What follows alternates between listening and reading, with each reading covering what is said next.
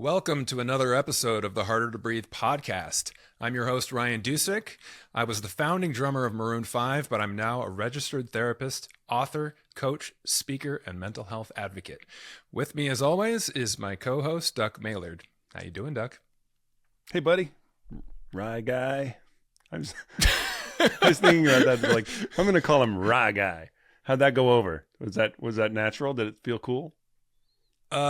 It felt natural coming from you, but I don't know if I like that being out there as something people are going to call me. So tune in next week to an episode of Duck and Rye Guy. Did you ever go by a nickname or anything? Oh man, I hesitate to even go down this road. I had so many bad nicknames. Really? Well, okay. Some of it was most of it was loving, but Okay, let me get into it. So first off, my mom is very affectionate. She used a lot of nicknames for me. Unfortunately, in front of my friends a lot, you know. She would call me Monkey, my little monkey. She would call me Changuito, which is Spanish for little monkey. Oh, and then she would call me Risey. Risey. Risey. And so I had a bully. I had a bully on the playground when I was a kid that he used to say "Risey" like that because he heard my mom say it. So I hated that, of course. And then my dad, I played a lot of sports with my dad. He was my coach in soccer and baseball. And my brother and I both, because our last name is Dusick, became Deuce in that context. That was our nickname, Deuce. And that's cool. But of course, that's awesome. Well, it is, except for the obvious connotation. Well, you can imagine where this is going. But actually, at a certain point, my dad started calling me douche or douchebag instead of deuce. Sagan. What a loving father. Well, I think that's something that people used to call him when he was like in high school. Douchebag. Hey, douchebag. So, yeah. The 60s. Adam Levine is the king of nicknames, and he comes up with like a new nickname for me every time I see him to this day. He'll be like, douchers, Dubbins, Daubers, Dubbenstein, Dubenberg. So I just have to kind of go with whatever anyone calls me on any given day. For those who know me, know that I was a diehard Rush fan growing up, and those three guys have three very established nicknames that the fans all know. But I'm curious if Maroon 5 had like specific nicknames that the fans know and go by. Call you guys. To a certain extent. Well, Mickey, Mickey's real name is Michael, but we called him Mickey. But then at some point his nickname became Jick Bones for some reason, which he decided was his pirate name. Everyone called Mickey Jick Bones. Opened a can of worms here today. I have no. Yeah, Adam. I didn't call him this, but Jesse used to call him the Zen Master, just because. Weirdly enough, like as much as he has sort of ADD tendencies, when it comes to like something that he's wrapped up in, whether it's music or a video game or playing ping pong, like he just had this innate ability to just block out all other distractions and just kind of really get into the zone. Which you hear a lot, I think, with ADHD. There's like, it's kind of an all or nothing thing. Like either something stimulates you and you're just locked in, or you get very easily distracted. Sense. I was going to say, the little bit I know Adam, Zen is not the word I would use to describe him, but that's why I said I wouldn't call him that, because it doesn't come from a place of like deep meditation or like, Buddhist sort of centering. It's just, he has a sort of, I don't know, a skill set that comes with his makeup that allows him to go deep into focus on one thing. So how you doing, man? I'm all right. I'm recovering.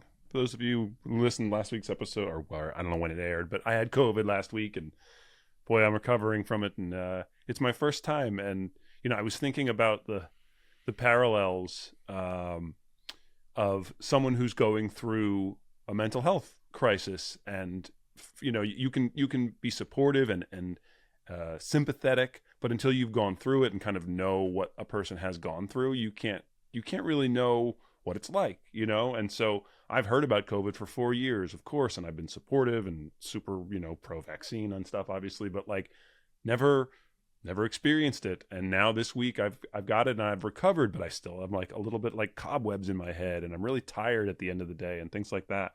And I couldn't help but think about, in context of this podcast, how it's a good parallel for people who are like, hey man, just keep your head up. You'll be fine. Get over it. Or just be happy. Stop being depressed all the time. Just be happy until you've gone through it yourself and you realize that you can't just pick yourself up sometimes. So there's an actual physiological reaction to things. And it kind of knocked me back on my heels a little bit. So I'm glad to be recovering, but I have a lot of sympathy for the people who have been going through this for the past 4 years, especially those with more underlying health conditions that made it a more serious issue. This for me was made it a tough week to get around and get my kid to school, but for other people, it was pretty serious, man. So you had a double whammy though. You had that hernia operation. That's true. Yeah, I had a hernia operation and then immediately started coughing and trying not to bust my stitches and stuff, So I'm just going to state the obvious. We have a little bit of a delay going on here, which has been the case the last couple times we've recorded, which is annoying as F. Because we end up talking over each other sometimes, and then we both stop, and then so it's kind of hard to get a flow. It's the reason why we love it. You first. Wait. No, you go ahead. It's why I prefer to do it in person if we can. Obviously, right now that's not an option. We're just doing this intro to warm up. But we have a fabulous guest on the episode today. Fabulous. I don't know where that came from. Fabulous. Fabulous. Jenna Andrews is somebody that I met last year. She invited me on a show that she does called the Green Room. And she's a songwriter, producer, very successful. She's had some big hits. And including for BTS, which is, not my world, K-pop, but certainly even somebody like me knows who BTS is. So looking at her resume and seeing names like BTS, and she's worked with Jennifer Lopez and Jessie J and Drake, just like some very big names, you can see that she's really made a name for herself.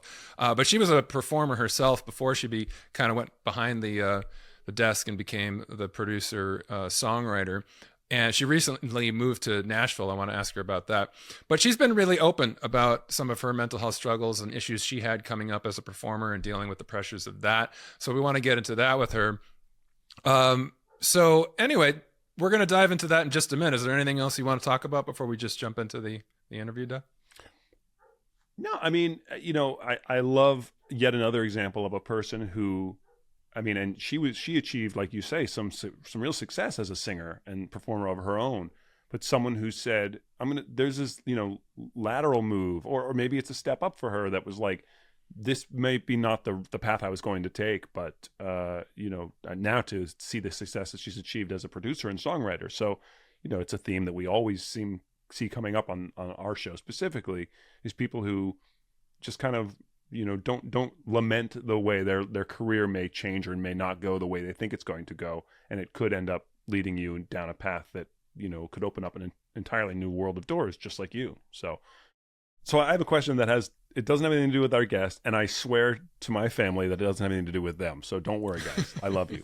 But my question is about specifically people who are in therapy who are dealing with the reality that their families may or may not be the most supportive, and they may or may not be even the most loving. A lot of people don't get to choose who the family they're born into. And that's why we surround ourselves with, to paraphrase a book title of my friend, the people we keep, the people that our chosen family, our friends and family that we find and collect throughout the years, who do fill those needs that maybe our birth families don't. And I would imagine as a therapist, it must be a hard conversation for you to have, to try to tell somebody, sometimes you just have to cut your losses. And sometimes you have to realize that no matter how much you want it, your family, your parents aren't going to be what you want them to be. They're not going to give you what you need from them. What does a conversation like that sound like from your end? How do you navigate that in giving somebody the kind of breaking the news that, you can cry and you can be upset about it all you want, but you're never going to make them give you what you need, and you need to take ownership of that and find the people in your life who are going to fill that need for you. Well, this is a complicated topic, but it's actually, you're hitting on a trend. This is something that's a trend of late of people. There's a lot more people, the younger generation of adults, deciding, to either distance themselves or cut themselves off from their parents or their family. Obviously, in particular, people that have had traumas that they can't forgive. Right. But even people that have just decided this is not healthy for me, these are not the people I want in my life. It's a controversial topic because one side would say, well, that's the healthiest thing you could possibly do, is to advocate for yourself and your mental health and not continue to engage with people who are not conducive to that health. The other argument would be, nobody is perfect. No family is perfect. Every family has problems. It's the only family you got, unless it's truly toxic and really destroying your life. Relationships are hard. Any kind of relationship is hard. You have to put in the work if you want to make it a productive one. So to answer your question, as a therapist, I would never encourage someone to cut their family off, to cut their parents off. However, I would help them work through the reality of the situation and try to figure out, is this so unhealthy that my health and happiness as an adult trying to live autonomously and independently and get past the traumas of my past and the current traumas that it may exist, is at stake here. And I need to make a decision on that. That's a process that we can walk through. Yeah. I will give feedback to a client and be honest with them if I think I'm hearing them describe behavior that sounds really unhealthy or toxic, and just with curiosity, kind of, exploring, what is this for you? Like, how is this affecting you? And let's just kind of really dive into whether this is benefiting you, if it's possible to make this situation better, or if it's not. And then it's really just a matter of, do you need to come to a place of acceptance about it and realize, like, this is the way that my dad or my mom or my brother or my sister is. They're probably not going to change. And so the decision for me is, do I accept that and just... Can I deal with that? Or Yeah. Or is it time for me to say, this relationship is not serving me? And there's no one right answer to that, right? I mean, it's a case-by-case basis, and you would never say that's always the healthy thing to do, or it's always the unhealthy thing to do. But I've found in my life, even just not as a therapist, but just as a human being, that I've had relationships that were really difficult and challenging. That I've, at certain times, there've been people that I've just decided, this isn't healthy for me. It's time for me to move on. And then there have been some that I've had to really do some inner work of, like, well, how much of this is, what's my part in this? How much of this is a two-way street? Am I contributing to the extent that this relationship is unhealthy? And so the question, that's always a good place to start. Before you jump to, how am I judging this person and what is the decision I'm making? Looking at, what is my part in this and how can I improve what I'm doing? And some of that might just be, I'm not advocating for myself enough. I'm letting this person walk all over me, or I'm becoming too dependent on them, or I'm becoming codependent with them. And so when you have clarity and awareness of what your role is, then you can better navigate, is this a situation that is workable and can improve if I do my part? It's something that Sarah Bareilles touched on her interview with us. You can tend to resent someone for not giving you what you need from them, but it's not their fault if you don't let them know what you need. A lot of times we keep that stuff to ourselves, and then we end up resenting somebody for not fulfilling those parts of our lives. And we say, but have I really given them the opportunity to do that by being clear and being upfront with them about how my needs are not being met? And I think that's a testament to, we talk about the generational differences, the younger generation these days who are not accepting the people who don't want to go back to an office setting, and they're being more productive at home. And businesses are like, well, we might not be able to give you a raise. And they're like, that's fine. I'm going to work from home because that's more important to me to have my sanity and my happiness and still get my work done than it is to climb this corporate ladder that my parents showed me is it leads to nowhere in this day and age.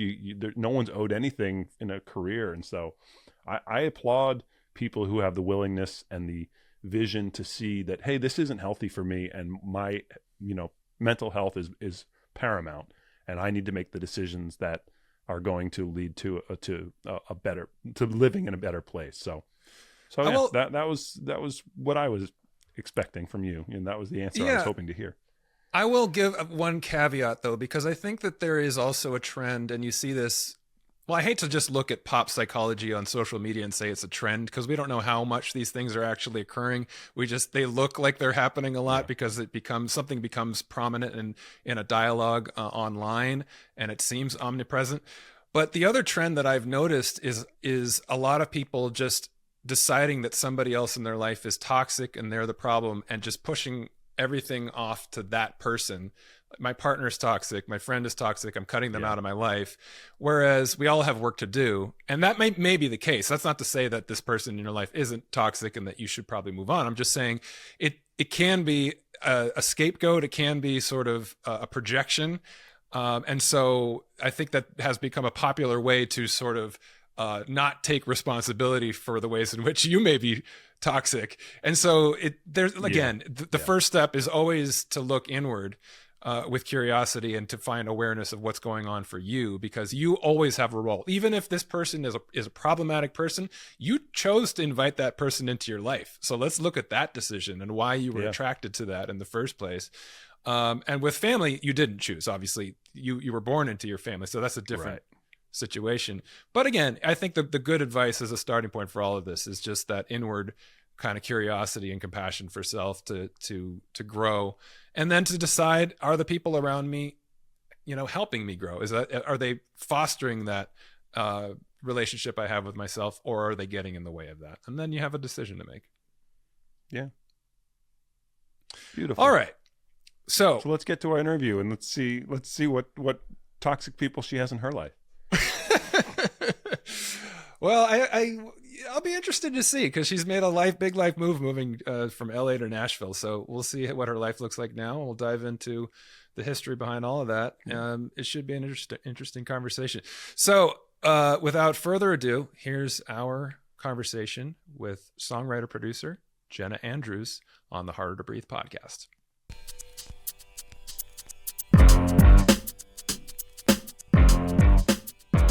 Jenna Andrews, welcome to the Harder to Breathe podcast. How are you? Hi, nice to be here. Welcome to your dogs. Oh yeah, thank you.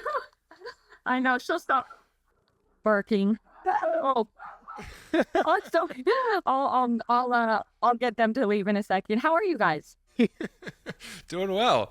You recently moved from LA to Nashville, right? So this is how long ago did you move out to Nashville? Like a year and a half ago. So it feels like the time has gone by really fast, but I also just bought a house here, so it's just been like chaotic. You know how it is this is my first house that I've gotten, so it's kind of like everyone says the whole renovation process is crazy, and it's crazier than that even. Well, I see work lights behind you, so it looks like you're in the middle of full-on industrial, Oh my gosh, yeah, look at it. It's crazy. I mean, the thing is, it's been really, really cool. I mean, I really love it here. I think there's a really, really cool sense of community. Like, being in Nashville is one of my favorite places to actually live. How is the music scene different there? Coming from LA, being in sort of the more pop R&B world, in your background, now being in Nashville. I know that they do more than just country there, but is it more conducive to the way you like to work? I went between New York and LA, and for me, that it kind of feels similar to that. Like, now I'm doing like LA Nashville, so Nashville feels very much like what it felt like to go from New York to LA. So you get a little bit of like, I don't know, like the organic songwriting here, and then you go back to sort of the pop landscape in LA. But at the same time, I mean, Nashville's grown a lot. I mean, I know I'm not from here, but it's also like, it's not what it was 10 years ago in terms of like, you just have to do like country. I mean, It is obviously country, but there's also a lot of room to have pop songwriters here. And I think the collaboration of bringing one style to, whether or not I come from pop, I find that people embrace that more here now, which is pretty cool. I think that is indicative of a shift, and I don't want to speak about things that you guys probably know more about than I do, but a shift in the music industry in terms of the breaking down of those very clearly defined walls of this is a country act, this is an R&B act, this is a pop act. Like, I mean, we saw, Beyonce and Lil Nas X hit the country charts and things like that. So I think it's great that there is that sort of that intermingling of both the production side and the musicians who are just saying, I don't want to, stick to LA or New York or Nashville. We can all sort of live in each other's worlds. I guess that's what I was trying to say. Like, that's exactly how, I mean, it's kind of a funny question because I feel like it's a great question, but I've moved around a lot. Like, I'm from Canada originally. So I lived in Vancouver, Toronto, New York, LA, now Nashville. So I feel like, I'm used to sort of meeting a lot of people and collaborating with a lot of different genres. I think a lot of times when you have your own thing, it gets boring just writing with yourself anyway, right? So it's like the collaboration of different sort of genres. I think actually as a songwriter, Ryan, I'm sure it's like, that's the beauty of it. So even coming to Nashville, whether or not I, am as country as some people here, I actually think that it works really well. And I am from Calgary, and that's the country. That's the western end of Canada. Absolutely. Well, I'll be keeping an ear out for any dropping an A at the end of a question, eh? Exactly. Right. Don't you know, bud? Yeah. So, as you know, on the Hard to Breathe podcast, we talk about mental health a bit, and you had me on your show last year, the Green Room, and we talked a lot about coming up in this industry and, the anxiety of performance and how you struggled with some of that and how you dealt with it, some of your coping mechanisms. So I just kind of want to jump into it for you. You talked about some anxiety you experienced, some bullying in your childhood that was an issue for you, and how that manifested in the industry as a performer, and with the pressures you were under to perform and the expectations in terms of body image and that kind of thing. So what was your experience being a young artist, performer, wanting to be a musician in this world, but dealing with all of that coming in? How did you work through all of that?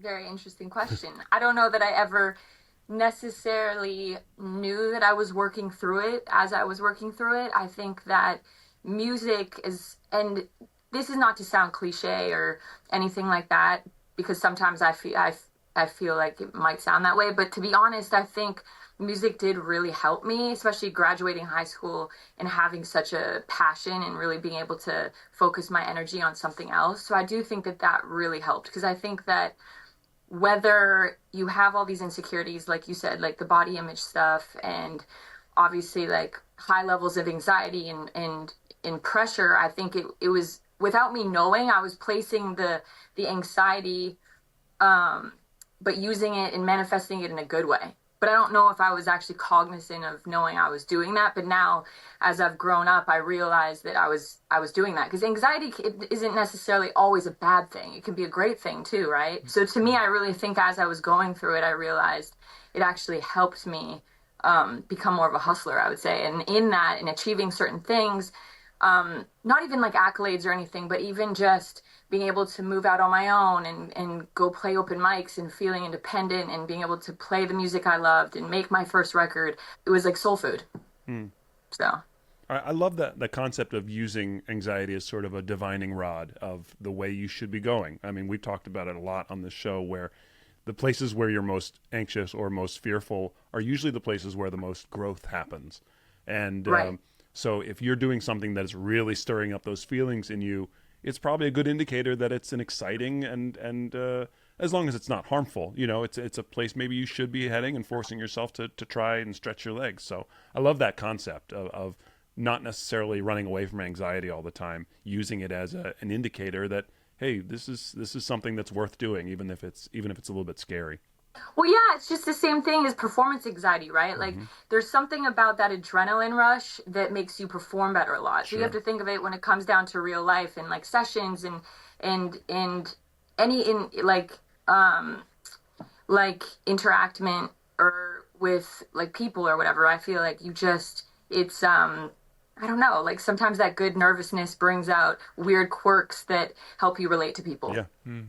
I started the green room for that very reason. Is like I really found a lot of times when I was getting nervous to go into sessions or had problems with, fear or anxiety, I really found that embracing that in the sessions with other people helped bring out things in them that kind of made me realize I'm not alone.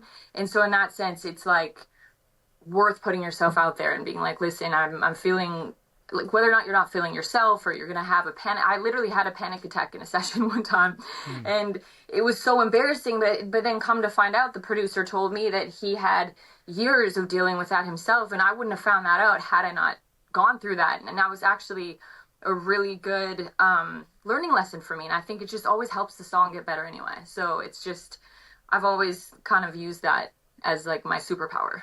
Are you finding that the industry is different now in that regard? Because if I think about the way that it was 20 years ago when I was in the music industry, I would say that you weren't really able to show that kind of vulnerability back then, that it might jeopardize your career, because if you were looked at as having issues, having problems, or something that was going to get in the way of your ability to perform, people might hesitate to work with you.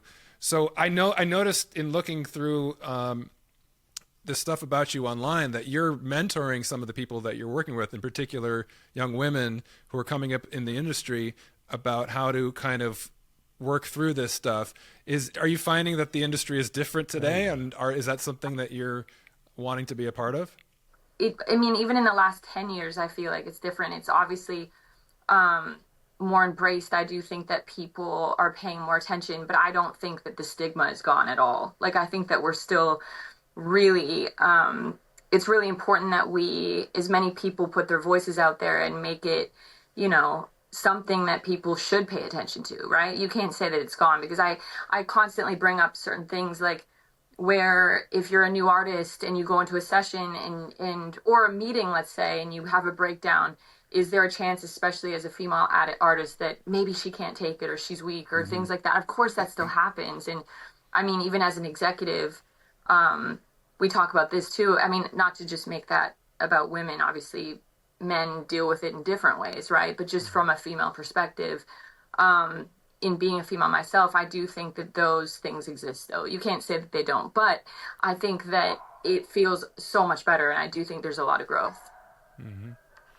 I remember you describing how when you were coming up as a performer, that whether it was due to the expectations in terms of body and your issues with body image, or the anxiety that you were experiencing, that you were having to take some pretty extreme mechanisms to cope with all that. And I remember you describing a situation where you were performing and you drank so much before the show that you actually ended up falling off of your stool, and that you stopped drinking after that because that was not going to be... You remember that? Yeah.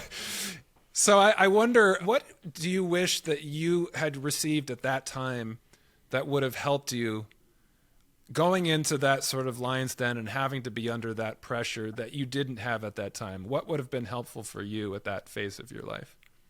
I don't really believe in those things. I think everything happens for a reason. I don't necessarily ever look back and kind of think like, oh, that wasn't a learning lesson or something that was meant to happen to make me who I am today. Does that make sense? Mm-hmm. So I think that I actually have an opposite view of it. I kind of think on a spiritual tip that sometimes we're like, things are put in our direction, right, as tests. So a lot of times it's sort of like your test to see how you're going to cope with it and which like direction you're going to turn. We see so many movies and stuff about this. I love this concept. It's like, if you got on the train 10 minutes earlier, 10 minutes later, how would your life turn out, right? So for me, had I not been there and fell off that stool, where would I be today, right? Because it taught me that it really was time to stop drinking and relying on that to, heal an anxiety that I wasn't able to cope with. So when I did that, completely cut it off cold turkey, I kid you not, a week later, and I feel like this is such a gift. A week later, I was offered a TV show and I got a record deal. So it's kind of like, it was almost a test to be like, are you strong enough to cut this off and learn from that lesson? And I was at the time, and I was rewarded for it. And I think that that's true to life. If you think about it, sometimes you keep going down this bad path, and why would you be rewarded in the sense that there's no lesson to be learned. So sometimes it's important that we go down that path and learn why it's a bad decision to get to the path that you're actually supposed to be on. Sometimes we can learn as much from a bad experience or a bad example as we can from a good one. You know, I mean, a lot of times. Because if you're thinking about, like, if this was a game show, right, and we're like, hey, these are your 3 options, and maybe one of the options seems like the selfish, like, decision where it's like, at this end of this door, you're going to have $10 million and, you know, something that looks on paper great, right? Mm-hmm. But when you walk through that door, what are the repercussions that come with it? We don't know that. We just know the superficial stuff presented to us, but we don't know what those things, taking those things will actually mean to your life. Because you would, if you were to be presented a door that maybe didn't seem as sexy, but once you go through the door, your path actually is much better. How are we supposed to have that insight if you don't go through the door, learn why that door is not the right choice? Because ultimately, I believe we all have a path that we will end at. You know what I'm saying? It's just like, how do we get there? I want to ask a little bit about one of those sliding doors in terms of your career. You know, not transitioning, but following that path to beyond a performer and into songwriting and producing. I'm a songwriter as well, but I would have, personally, it would be very difficult for me to write a song that I think, oh, this is a great song, this is amazing, and hand it over to someone and say, here you go, take it and run with it, you know. But I want to know about, was that a difficult transition for you as someone who had a career or has a career, but as a performer?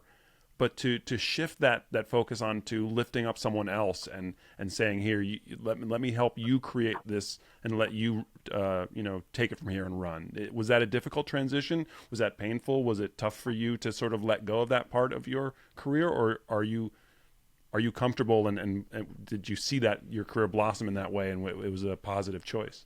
Another great question. So I'm actually different in that sense. That is something that I think a lot of artists that start out as artists get asked frequently when you become a songwriter. But for me, I actually, funny enough, had the signs of wanting to be a songwriter before wanting to be a singer. I just think that, like, when I was coming up, 10 years old, the options didn't feel as obvious to be like, oh, okay, the path into doing music is to be an artist, a singer, right? So you didn't have, that's what's so cool about now. It's like, especially with like social media, I think that like kids coming up wanting to do music, there's so many avenues to be able to do that. And I think that when I was growing up, I feel like I thought, oh, if I didn't become a singer, what else would I do? So I think that I always was passionate about writing. And funny enough, I've always sort of loved the idea of like curating from a young age. But who knows, how do you define that? Is I want to be a curator in music, and who knew that was executive production or A&R or things like that? Like, you wouldn't be able to define that role. But I think in the beginning, it sort of always was in me, and I think only later did I realize that it actually was a career. I love that. I went through this whole thing in my life where I had a sense of purpose of what I was supposed to do with my life, and it was very much tied into being the drummer in Maroon 5. And when I had to leave that, I didn't know who I was. I didn't know what my purpose was. And it took me some time to find new purpose, but I realized that the journey that I had to go through led me, as you said earlier, onto this other path that was always the destination I was probably most destined to find, and realizing, like, here's all this opportunity if I'm just open to it and allow myself to walk down that path. It's not exactly what I had imagined at an earlier point in my life, but it has led to things that in some ways have been even more fulfilling. And it may be even things you never could have even imagined in your mind. Like, when you go into music as a musician, you're not thinking, I'm going to be an A&R. I'm going to be working with other artists and putting them together with music. A soundboard engineer. Yeah. But you might find that is actually what you're most suited toward, and that's the kind of life that makes you most happy and most purposeful. Now that you're in this position of working behind the scenes, working with record labels, working with publishing companies, writing, producing in the studio with other artists, do you feel like you're fully in your element now? Is this where you were destined to be, or do you still have anxieties or insecurities that crop up working in this capacity? I definitely think that I still have anxiety. I mean, I don't think when you have I'm not going to say that for sure, but I think once you have anxiety, it's something that kind of never goes away. So I think for me, like, okay, for example, when I was doing A&R, a lot of times, as we were talking about earlier, I think that there is less of a stigma, and I'm able to, in the songwriting arena, or like, in the studio, it's easier to kind of admit that you're going through it and just being like, listen, I'm not having a good day. I don't feel good. I need to step out. But I think when you're sitting in a corporate system, it still feels a little scary to admit that. So you kind of have to suck it up. Yeah. So I think in that sense, like, I think people are people, and regardless, I have learned that, it's okay to say something, but it feels harder in that arena for sure. I would imagine it's probably, an expected behavior from a quote unquote artist, they're mercurial, exactly. They're up and down, but that's what makes them great. But as an executive, you literally have to be the paragon of decision making and even keeled. And, so I understand how it would be tough to say, I'm having trouble today because I'm going through something. That's not something that is accepted from that end of the board. Well, I mean, yeah, I think that, like, for me, just because, like, I never went into A&R as, like, a typical A&R. I went in as an executive producer, creative, but you're still sitting in those meetings, so you still do feel that way in the sense that you just said it. It's like, you don't want to, like, when you're trying to say an idea, and it's a great idea, but you're, like, your voice is shaking and you feel a little jittery. It's kind of like, you don't want it to seem like your idea isn't good because of the way you're presenting it. And right. That's what's that's, I think, the toughest part, is because what I've found is what, even if I, don't say, like, hey, listen, I'm having anxiety, and maybe it's not so obvious in the sense that, like, they're like, oh, she can't control, I'm not, like, absolutely having a meltdown, but it just feels like when you're, like I said, when you're presenting it and you're trying, and it's great, it feels like in your head, maybe you're just overthinking, and it doesn't feel like people are really getting it the way they should. And it just sucks because it could be better. And I think a lot of times I've walked out of meetings being like, God, I could have sold that song. Like what was wrong with me? Because I feel like you end up second guessing it in the moment as you're talking. And that sucks about anxiety. So, I mean, and so in that moment, I guess what would be amazing is to kind of just pause and be like, hey guys, I'm, like, having a lot of anxiety right now. Can I just have a second? I'll come back. But it's like, if you do that, it's even worse. Yeah. So what are you supposed to do in that moment? Because then it's kind of like everyone's looking at you like, yeah. And you know how you've seen, I mean, I'm sure you guys know what I'm talking about, those stiff rooms. And it's like everyone's kind of looking at you like you have two heads. It's like, it's just kind of like a lose-lose. Is there any element of being a woman in those situations that adds to that pressure, that in what may be a more male-dominated field, especially if you present an idea and then 2 minutes later a man presents it and everyone applauds and you go, wait a minute, I just said that. 100%. I mean, I was going to say it, but I mean, no, please. It's funny because I know we kind of scratch the surface on that, and, like, in terms of being a female, and I do talk about it, and it is a real thing. It's just that sometimes it's more powerful not to do the woe is me card, but no, it's totally, I mean, it's definitely a thing, just because I think it is harder for a woman to admit weakness in the sense that, actually, no, let me rephrase. I'm not going to say you guys are two men. I'm not saying, I know actually, we're two evolved men. I actually think it's maybe harder for a man to admit it, to be fair. But I think that the perception and the way that people are going to view it makes it hard for women, because it's just like you kind of have to just be on your A game. I don't know. It's hard to explain, though. I feel like it is like that for a man, but just naturally, you're right. Like, a man could say something with less confidence and still sell it, I guess is what I'm saying. But I think that to admit weakness for a man must be, especially in a corporate world, I mean, you guys obviously speak to that, but I mean, from my experience talking to men in our business, I think it's almost near impossible. It just makes, so I think it's kind of it's a tricky one. It's a tricky one, but no, it is. I do think it's hard as a female, for sure. Obviously, you've been able to work through this to a certain extent because you're having a lot of success and you're making deals and getting songs made. So I'm curious, what is your process? Because for me, I can relate to what you're saying. I have good days and bad days, even on this podcast. Times when I'm speaking and I'm like, man, I could have said that better and that would have been more effective. And then other days when it's really working. So how do you go into a meeting like that or a session when you're feeling that anxiety? How do you work through it? And if it didn't go well, how do you just get back up on the horse and kind of shake that off and move forward and do it better the next time?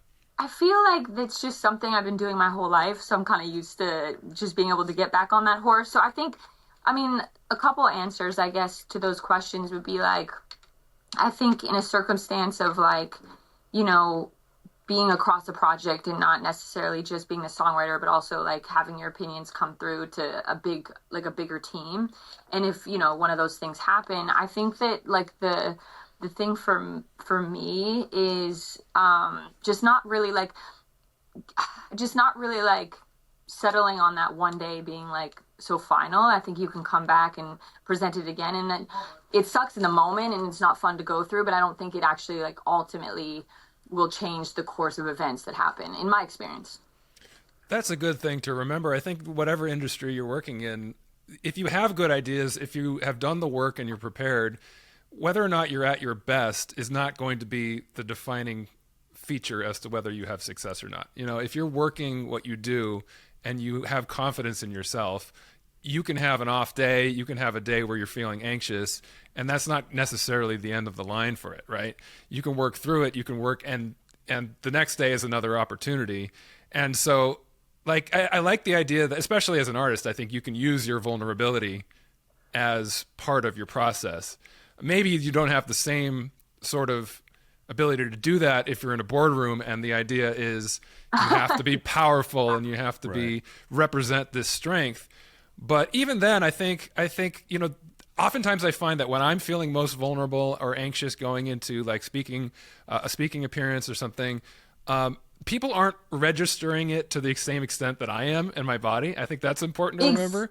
Exactly. That's what I was trying to say when I was babbling on. I feel like, yeah, exactly. That's my point. Sometimes people aren't reading the same thing that you're feeling inside. So. Right. Because you're the lead character in your own movie, and not everybody is experiencing it with the same intensity that you are. You know, they're going through their own thing too. Maybe somebody's sitting in the same meeting anxious about their contribution in 5 minutes when they're rehearsing it in their head. You know what I mean? So not everyone is tuned into the high frequencies that you necessarily are at that moment. Or maybe they are in a good way. Like, that's so funny. I'm so glad you said that, because that's what's so cool about being able to kind of break the fear of being open. If you can, it's not always possible, but when you can talk about the fact that you're going through something, you'd be surprised the amount of people that would be like, oh my gosh, me too. Thanks for saying that. Because like the whole time you could be afraid, but like you said, the person next to you is even more afraid. So in that sense, it's really humanizing and very connecting. So I think in that sense, it can like create lifelong friends and even like better positions, you know, going back to the superpower. But I think success, you know, it's opportunity, luck, and it's preparation, opportunity, and luck, right? So I think in that sense, if you have enough preparation, I think that even in your most nervous moments, you feel like it's like riding a bike, you know, because I think whether or not you did the best job, you're still going to do a good enough job, not in like a complacent, like settling way, but in a way that you're like really able to just know. I mean, people are going to just know that you know what you're doing. And I think that's what's the 10,000 hours thing is so important. Yeah. Mm-hmm. You just made a reference to like my favorite quote of all time, which is from the Roman philosopher Seneca. And it's that good fortune or luck is at the intersection of preparation and opportunity, which it's so great. It's so great because we think that, you know, if we are patient enough, or that, you know, sooner or later, like luck is going to strike us and we're going to hit the lottery and good things are going to happen. Right. The reality is opportunities come all the time. And sometimes 1,000%. We can't see it because we're not prepared for it, or we're not prepared to act on it. So when you do the work, when you prepare and you've done the 10,000 hours, sooner or later that opportunity comes, and then you're ready for it and you know what to do with it. So to me, that's like you make your own luck in that regard. Like sometimes we're more lucky than other times in terms of an opportunity comes and we didn't expect it. But if we are prepared for it, that's when the good fortune comes. Well, it's so funny. Like, I love that you love that. Because to me, I feel like a broken record sometimes. I'm always like kind of saying that as a mantra, just because I do think it's so relevant and it just makes so much. I mean, it's just true, right? I mean, it relates back to manifestation in the sense of like, as you're preparing these things for these moments, it actually like it's going through your brain in a mantra, being like, you know, you're preparing for something that you you want, right? Ultimately, obviously. So then as you're doing it, you're manifesting, which is you're preparing. Like all these things sort of work and coincide together. And I think that's a pretty cool thing. And then even on the preparation tip though, it goes further than just practicing or going out or meeting people or like all the things you need to do in this specific business, right? To me, the preparation part also comes from self-care and like understanding yourself and being ready. Cause like, you know, I think back to what we were also saying before in terms of like, you asked me about the time where I like fell off a stool and stuff. And I was drinking to like kind of help my anxiety performing. I think that in that time, I wasn't preparing for what I actually needed to do, because that's not a good remedy. You can't just do that forever, because then it's not good for your body. So I think ultimately I wasn't getting what I wanted or the right opportunities because I was doing it the wrong way, which is why I kind of was saying that like when I stopped and everything happened, I had prepared, and then now I'm like actually preparing my body. So it all sort of mind, body, soul was there, and then the doors opened. I could piggyback on that too. And one of my favorite moments or epiphanies in life is when you have prepared for something that you didn't know you were preparing for. You know, whether you have had learned experiences or, you know, something that you've been practicing in a particular field, but it applies to a new world, to a new realm. So whether that is, Ryan's a great example. You know, Ryan as a drummer in a band serves the song, keeps the tempo, stays in the back, doesn't necessarily, you know, shine too much out front.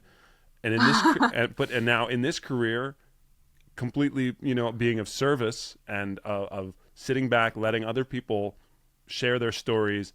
Ryan takes it all in and tries to keep them on time, tries to keep them on tempo. You know, the metaphor might be a little forced, but my point is sincere. I like it.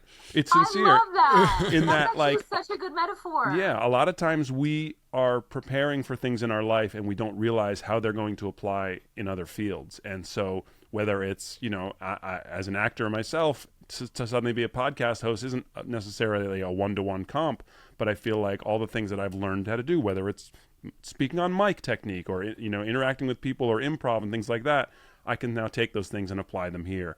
And I think a lot of times we need to give ourselves credit for preparing for things that are coming down the road that we don't know what they are yet, but just trust in the process that all these tools that we are putting in our bag are going to be useful one day, whether it's when we become a parent, whether we become the child of elderly parents and we have to care for people, whether we change careers, things like that. So you never know what you're preparing for down the road. You know, everything is experience that can be applied later on. That's actually such a good point. And like, you know, all of this stuff is so funny. We're not meaning to, but we're doing, we have a crazy story arc going.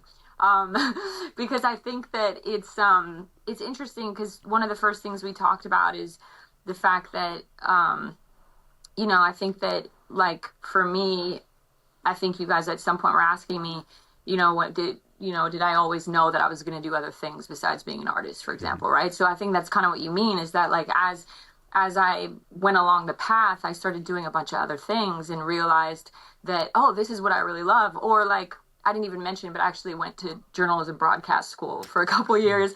It was something that was really fun just because I love writing. But, I mean, did I dream about it when I was 12? Probably not, you know, but I think that in those experiences, I've become me.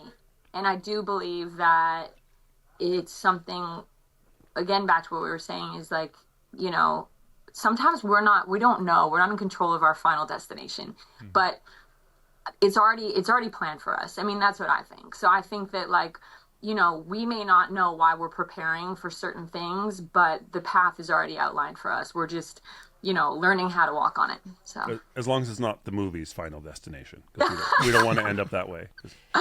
I totally feel that, though, because I look back at all the different phases of my life, and they feel very separate in some ways in my mind. Like, I was doing this thing, and it was almost like a different life, being the drummer in Maroon 5. And I look back to my academic years, and I got a degree in English, and I was in journalism as well in high school. That's crazy. But all of that stuff came together for me in the stuff I've been doing in the last 8 years, because I wrote a book, and that went back to my writing background. Being a listener, being a therapist and a coach, I think about being on an editorial board. I think about being in a band and having to listen to all these disparate opinions. And so now as a host and asking questions and listening to people, it's like it all comes together sooner or later. The things that you pick up at different points of your journey, they're applicable in ways you can't see in that moment when you're in the middle of the journey. And then later in life, you recognize, oh, I have this skill set or this wisdom that I gained from that experience that I'm able to apply in different contexts. And I love what you said about, preparation, not just being getting your 10,000 hours of a skill, one particular skill. It's holistic. It's becoming the person that you need to be in order to meet that moment when the opportunity comes, to be ready to stand in your confidence, to stand in your authenticity, and to be able to walk into that space feeling like you're prepared as a human being and not just as a performer. No, for sure. And I think that sometimes it's interesting, like you said, as we go through life, we learn these things and they feel like they make a lot of sense. Plus it's like your body sort of resonates with when you're starting to really get to that point of, I guess, being prepared, especially within your body. But it's harder than you think to some extent, I think, to control that, if that makes sense. For me, at least, I think sometimes you feel yourself kind of slipping down like a path that you know that isn't like mentally good for you, if that makes sense. And I think sometimes it's like you have to constantly keep yourself in check. And I'm pretty self-aware in that sense. Like I'm like I know when I'm in a phase where I'm not prepared, and I understand why things aren't happening. But I also understand why things happen. And it doesn't make us psychics. I just think it makes us more like, it's like we're more in tune or something, only just because we understand ourselves or understand sort of seen it happen, those kind of things. But I think that's what makes life beautiful. So with all of this experience that's led you to this moment, do you have a particular moment in your work, or maybe not in your work, but just a moment that feels like everything kind of came together for you? Was there a moment when you're in a session or working with a label or working with an artist that you feel like, okay, this is it. Everything's coming together right now. Do you have like a special memory or something like that? Yeah, funny enough, I know it's so weird, but I do think that in the time when I told you guys, like when I had that situation happen, and then like a week later I got this TV show and signed to Def Jam. By no means do I think getting signed to Def Jam meant I made it, just for the record. But I feel like just the entry point of kind of going to be able to sit on the bench on a next level and understanding that I had prepared enough to arrive made me feel grateful enough to be like, okay, I belong here. So it was like the beginning of a journey, and I felt like the confidence that gives you to be able to sort of know that what you felt was right for you was actually right for you. And I think that it made me continue to work hard and understand what it's like to go through ups and downs. Because now, especially being on that label for 7 years and understanding that, like, being signed isn't what you necessarily think it's going to be, right? So I think in that sense, that's a great learning lesson too for people, because a lot of artists still do think that that's the final destination, but really it's just like another college that you go to with more information and kind of leading you on a path for the rest of your life. And I think that to me, had I not gone through that, I probably wouldn't know how to, one, navigate certain situations I go through, and two, I think be able to help artists that are coming up now. Got it. Well, that's great. And thank you, Jenna, so much for your time. I know you're very busy. This has been a fascinating conversation. Well, I mean, it's so funny. I was so excited to do this. It just happens to be a time where I'm in the house renovation aspect or like time in my life. So it's kind of interesting, busy, but no, I appreciate you guys having me. This has been really awesome. It's been great having you on. Great to meet you too. I love it. Great. Well, thank you so much again. This has been another wonderful conversation on the Harder to Breathe podcast. New episodes drop every Tuesday. We'll see you next time right here on the Harder to Breathe podcast. Take care.